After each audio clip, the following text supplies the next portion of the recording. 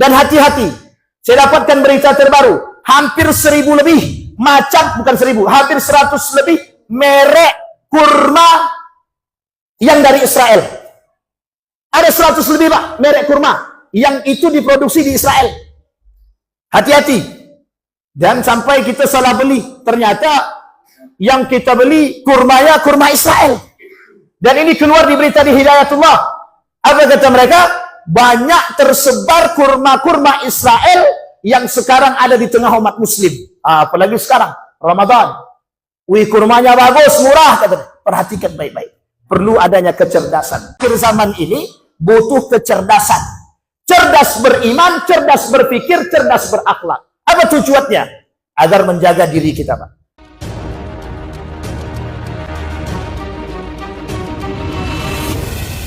Assalamualaikum warahmatullahi wabarakatuh. Alhamdulillahi rabbil alamin. Alhamdulillahilladzi an'ama bi ni'matil iman wal islam bihima tatimmus salihat. Ashhadu an la ilaha illallah wahdahu la syarika lah. Wa ashhadu anna Muhammadan abduhu wa rasuluh la nabiyya ba'd. Allahumma salli wa sallim wa barik ala hadha an-nabiyil karim. Allahumma salli ala Muhammad wa ala ali Muhammad fil alamin innaka Hamidum Majid. Ya ayuhan nasu ittaqu rabbakum alladhi khalaqakum min nafsin wahidah wa khalaqa minha zawjaha wa batha minhuma rijalan katsiran wa nisaa'a wattaqullaha alladhi tasaaluna bihi wal arham innallaha kana 'alaikum raqiba. Wa qala Allah ta'ala ya ayyuhalladzina amanu ittaqullaha wa qulu qawlan sadida yuslih lakum a'malakum wa yaghfir lakum dhunubakum wa may yuti'illaha wa rasulahu faqad faza fawzan 'azima. Wa qala Allah ta'ala wa kadzalika ja'alna fi kulli qaryatin akabira mujrimiha liyamkuru fiha wa ma yamkuruna illa bi anfusihim wa ma yash'urun. Dalam ayat yang lain Allah berfirman, wa makaru wa makarallahu wallahu khairul makirin. Dan potongan ayat di dalam ayat yang lain di dalam Al-Qur'an Allah sebut ada yang disebut dengan kaidul kafirin. Shadaqallah. Bapak Ibu sekalian yang berbahagia, mudah-mudahan Allah melimpahkan rahmat dan karunia-Nya kepada kita semua. Insyaallah kita yang hadir semua Allah berikan keistiqamahan dalam beribadah dan ketaatan, insyaallah istiqamah di bulan suci Ramadan sampai akhir, dan kita semua yang hadir husnul khatimah, amin ya rabbal alamin. Baik Bapak Ibu sekalian yang berbahagia, di dalam surat Al-Anfal ayat 17 sampai 18 kata Allah, falam taqtuluhum walakinallaha qatalahum wa ma ramaita idh ramaita walakinallaha rama waliyubliyal mu'minina minhu bala'an hasana innallaha sami'un 'alim. Dzalikum wa annallaha muhinun kaidal kafirin. Judul kita Bapak Ibu sekalian yang berbahagia di zuhur ini ada yang disebut dengan tipu daya. Kalimat tipu daya di dalam Al-Qur'an ada dua. Satu kaidun, yang kedua makaru. Kalimat kaidun artinya tipu daya. Kalimat makaru artinya juga tipu daya. Bahkan di dalam makna yang lain dalam bahasa Arab, tipu daya ini juga disebutkan sebagai talbis. Talbis itu strategi iblis untuk membuat tipu daya. Namanya talbis. Kalau syaitan waswasah, mengganggu, membisikkan. Dalam kalimat yang lain disebut dengan sawwasah. Jadi ada beberapa kalimat yang memiliki kesamaan. Yang pertama waswasah. Jadi kalau Bapak Ibu sedang sholat tiba-tiba terasa ragu dan lain sebagainya dalam sholatnya, itu namanya waswas. Tapi ketika ada bisikan syaitan untuk melakukan perbuatan tercela, itu namanya sawwas. Sawwasa yusawwisu. Dan ini berbeda. Orang yang ragu antara baik dan buruk. Misal dia mau melakukan perbuatan yang buruk, tiba-tiba kata syaitan ada rasa sawas. Ada bisikan, ambil aja kata setan. Itu bukan hakmu kata yang baik, tapi kemudian dia bilang ambil aja enggak apa-apa. Itu namanya sawwasah. Bisikan setan untuk melakukan kepada keburukan. Tapi ada yang disebut dengan waswas, ketika orang ingin melakukan perbuatan baik, tiba-tiba datang keraguan dalam diri dia, maka itu disebut dengan bisikan-bisikan yang meragukan, yang disebut dengan waswasah. Tetapi dalam strategi iblis disebut dengan talbis. Talbis diambil dari kalimat labbasa yulabbisu. Memakaikan, talbis. Labbasa yulabbisu, memakaikan.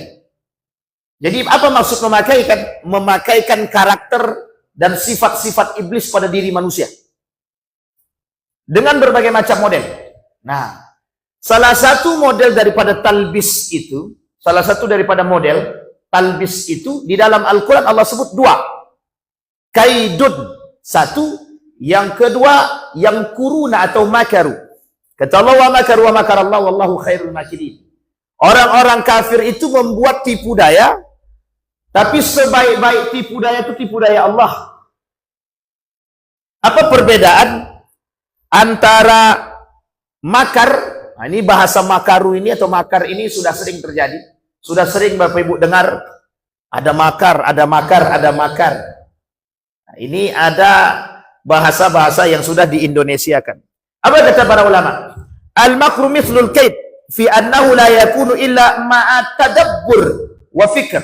Illa annal makaru, tipu daya, benteng tipu daya seperti ini, itu semuanya sama, hampir sama dengan kaidun tipu daya, kaidun, kalimat kaidun tadi.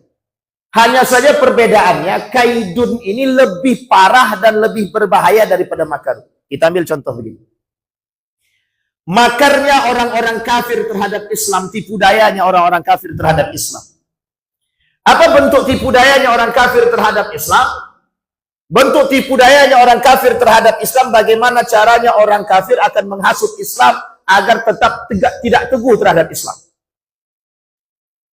Apalagi kemudian bentuk daripada kaidun, tipu dayanya orang kafir. Tipu dayanya orang kafir terhadap Islam, kita ambil contoh seperti munculnya Islamophobia. Itu kaidun. Apa tipu daya yang lain? Seperti saat ini, kejadian di Palestina. Hari ini Bapak Ibu sekalian yang berbahagia, Palestina, Israel melarang bantuan-bantuan ke Gaza.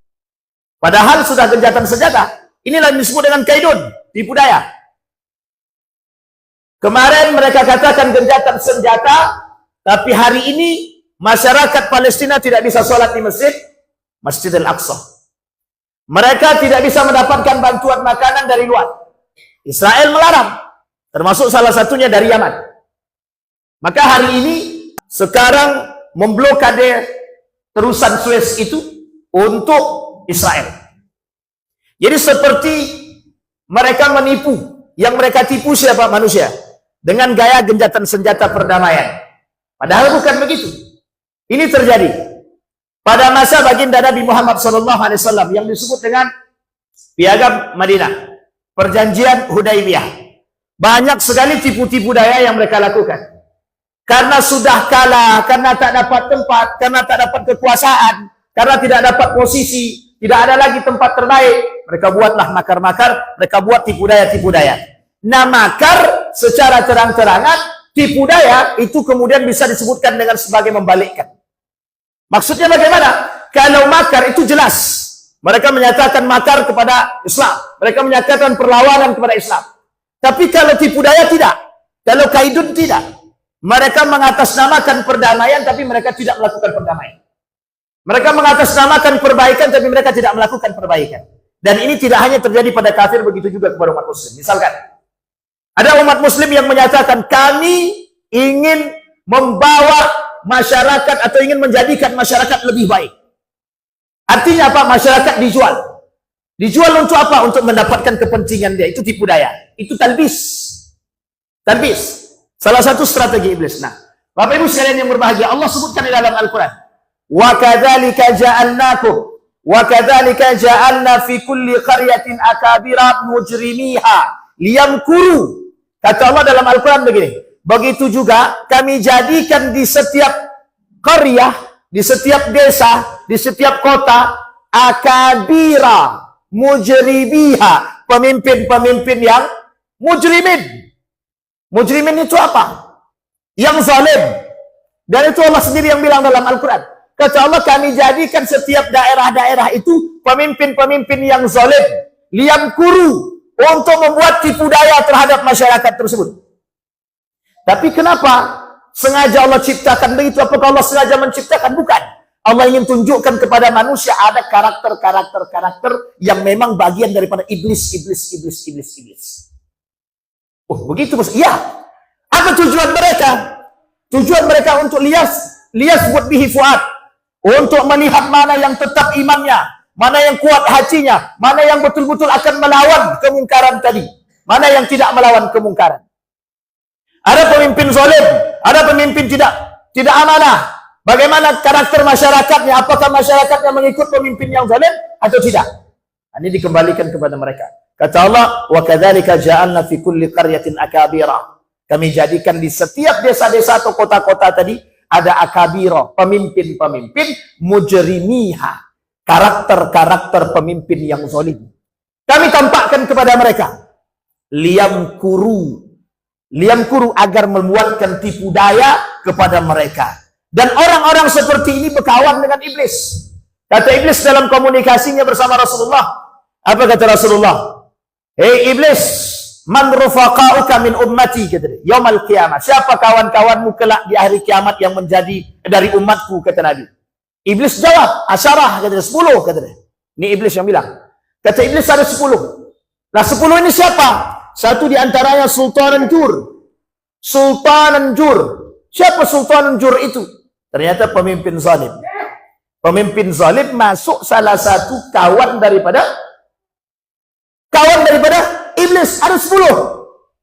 10 itu sedikit apa banyak? Salah satunya pemimpin. Pemimpin di sini, Bapak Ibu sekalian yang berbahagia, tidak terbatas. Baik pemimpin kecil maupun besar. Baik pemimpin dalam rumah tangga sampai pemimpin negara. Dan itu sudah disebutkan oleh Allah. Maka Bapak Ibu sekalian yang berbahagia, syaitan, iblis, dengan strategi mereka untuk menghancurkan kita, itu mereka berbagai macam cara. Strategi yang disebut dengan talbis. Maka Allah sebutkan berkali-kali kalimat kaidul kafirin. Awas, hati-hati. Kalau makaru hanya untuk orang-orang beriman dan muslim, kalau kaidun Allah kaitkan dengan kekafiran. Hati-hati dengan tipu daya orang kafir. Nampak di depan baik, di belakang tak baik. Maka ini penting untuk dipahami Bapak Ibu. Kenapa? Karena kadang-kadang kita ini mudah tertipu. Maka ketika pernyataan Bakhtiar Nasir, hati-hati dengan bantuan-bantuan orang kafir yang di sana.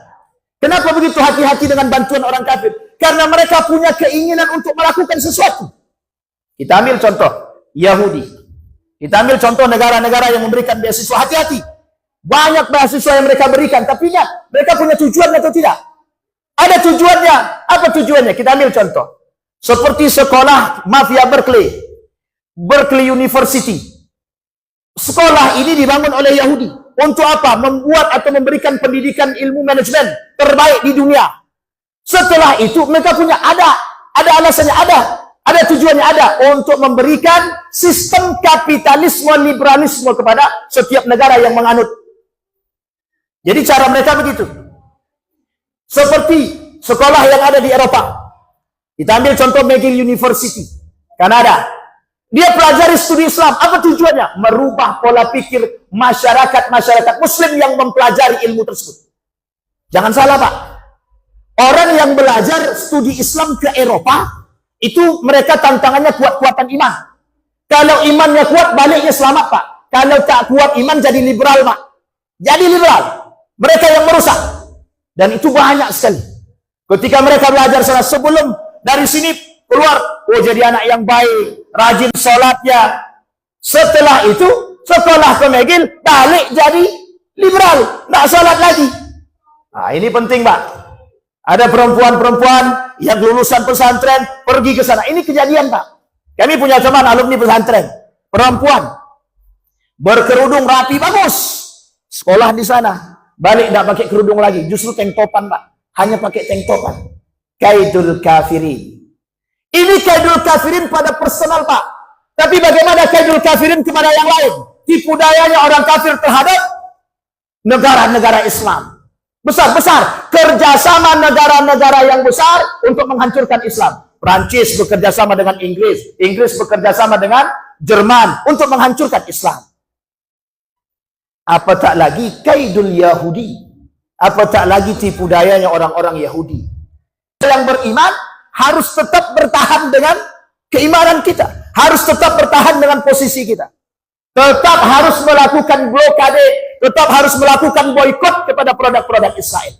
Saya sudah melihat Pak. Indikasi-indikasi tak mampu dan tak kuat bertahan ini sudah kelihatan.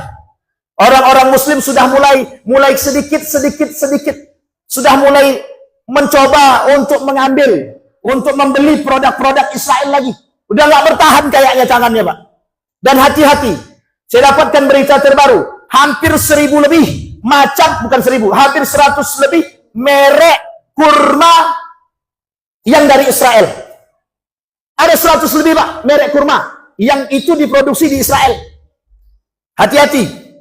Dan sampai kita salah beli, ternyata yang kita beli kurmanya kurma Israel. Dan ini keluar di berita di Hidayatullah. Apa kata mereka? Banyak tersebar kurma-kurma Israel yang sekarang ada di tengah umat Muslim. Apalagi sekarang Ramadan. Wih, kurmanya bagus, murah, kata. Perhatikan baik-baik. Perlu adanya kecerdasan. Maka Bapak Ibu sekalian yang berbahagia, di akhir zaman ini butuh kecerdasan. Cerdas beriman, cerdas berpikir, cerdas berakhlak. Apa tujuannya? Agar menjaga diri kita, Pak. Nah, Bapak Ibu sekalian yang berbahagia, kesimpulan dari apa yang saya sampaikan, kalimat kaidun dan kalimat makaru itu berkaitan. Tapi kaidun lebih berbahaya daripada makar. Makarnya orang kafir tidak terlalu berbahaya. Berbahaya tapi tidak terlalu. Tapi kaidunnya menggunakan strategi manipulasi dan tipu daya dan dusta terhadap siapa kita semua. Maka Bapak Ibu sekalian yang berbahagia, kata Nabi, bertahan dengan akidah. Bertahan dengan keimanan. Mumpung di bulan suci Ramadan, kuat-kuatkan hati kita.